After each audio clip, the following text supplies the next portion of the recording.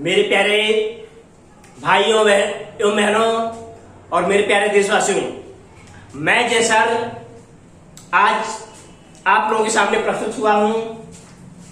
आज हम एक नई शुरुआत को लेकर के बात कर रहे हैं। एक ऐसी थ्योरी चल रही है, एक ऐसी बात चल रही है कि कहीं कोरोना वायरस तीसरे विश्व युद्ध की आहट तो नहीं है।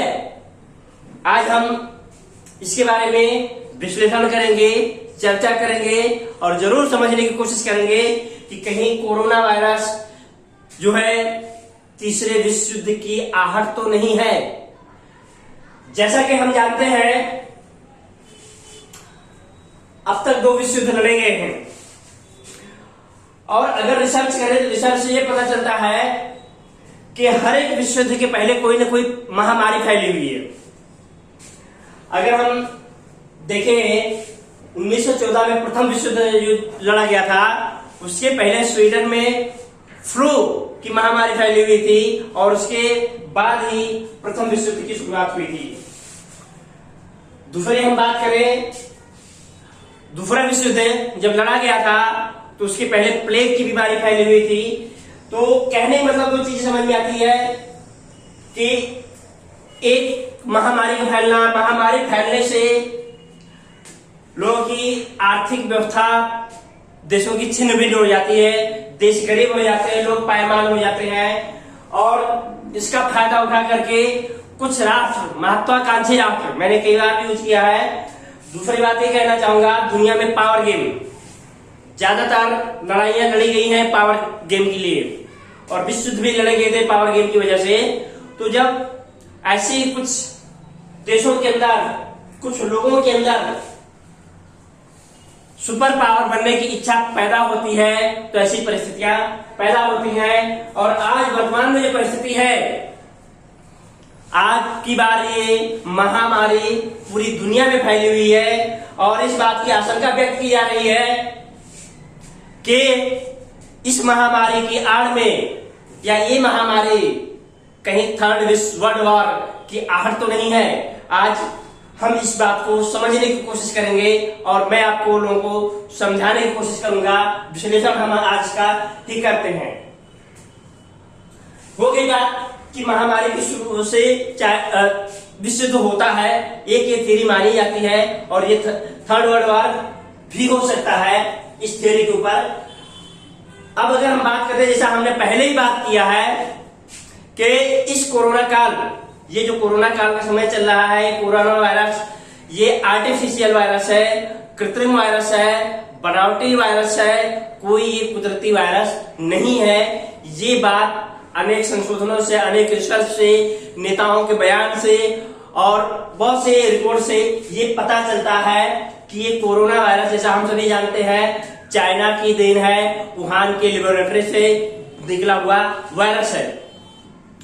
अब इस बात को हम कैसे, इस बात को मैं नहीं कहता, ये बात के कुछ दावे किए गए हैं। जैसे कि अभी जल्दी ही न्यूज में निकला था, द वीकेंड ऑस्ट्रेलिया की रिपोर्ट्स में ये बताया गया है कि चाइना की आर्मी पीएलए जो है, वहां के आर्मी के साइंटिस्ट इस वायरस पे प्रयोग, शॉर्ट्स नामक वायरस पे प्रयोग कर रहे थे पिछले 5 वर्षों से। और जो है इस बात के लिए क्लियर कर रहे थे कोरोना वायरस का उपयोग हम थर्ड वर्ल्ड वॉर में कर सकते हैं। और उस रिपोर्ट के मुताबिक ये दावा किया गया है कि पिछले 5 वर्षों से चाइना के साइंटिस्ट वहां की वुहान के लेबोरेटरी में प्रयोग चल रहा था और शायद वहां से अचानक वायरस लीक हो गया। अब ये लीक हो गया कि जानबूझ के हुआ, ये अलग मैटर है, लेकिन ये वायरस चाइना की देन है, इस रिपोर्ट के मुताबिक बता रहा है। जैसा पहले भी नेताओं के भी आरोप लगते हैं, दुनिया के नेताओं ने भी आरोप लगाया है, कई रिपोर्ट्स भी आए हैं। इसके बाद हम दूसरा दावा करते हैं, दूसरे स्टडी के बारे में बात करते हैं, डेनिस ओहम। यह डेनिस ओहम कौन थे? जो इजराइल के डिफेंस के, इजराइल आर्मी के intelligent officer, retired intelligent officer हैं।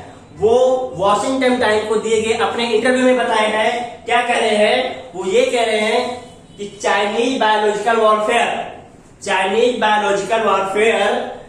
के बारे में उन्होंने स्टडी किया और उन्होंने यही पढ़ा कि ये जो चाइनीज बायोलॉजिकल वॉरफेयर है ये आर्टिफिशियल वायरस तैयार कर रही है। और मतलब और उनका इंटेंशन है कि उन्होंने भी इस बात को दावा किया है कि कहीं से ये वायरस अचानक लीक हो गया। तो ये बात कई जगह से सर्टिफाई होती है कि ये वायरस चाइना की ही देन है।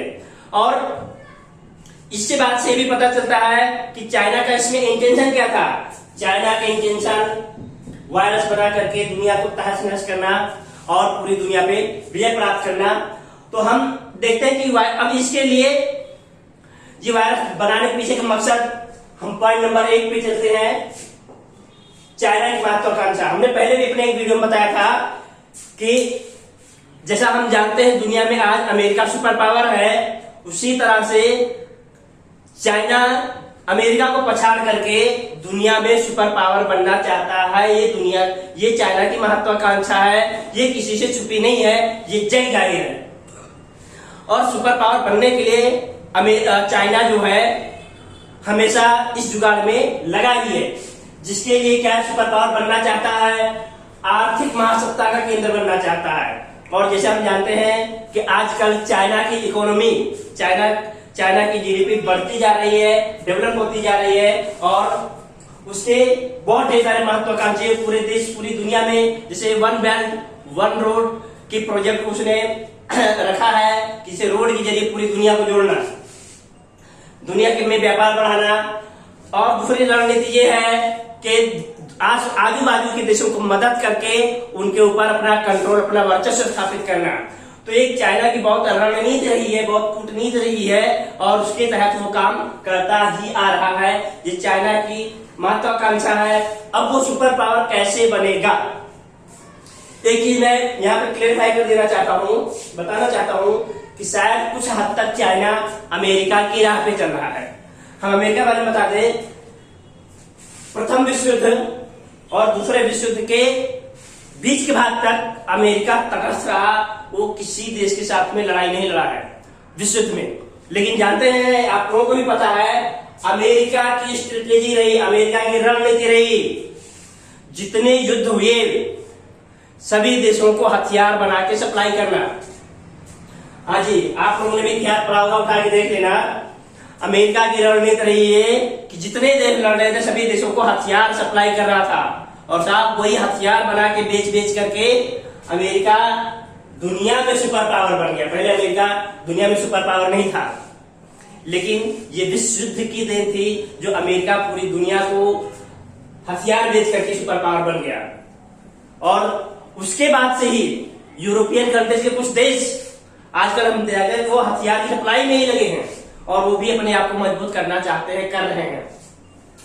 और चाइना भी शायद इसी रणनीति का, उसकी वही रणनीति अपना रहा है। वो उसकी यही है कि अमेरिका को पीछे करके सुपर पावर बन जाना।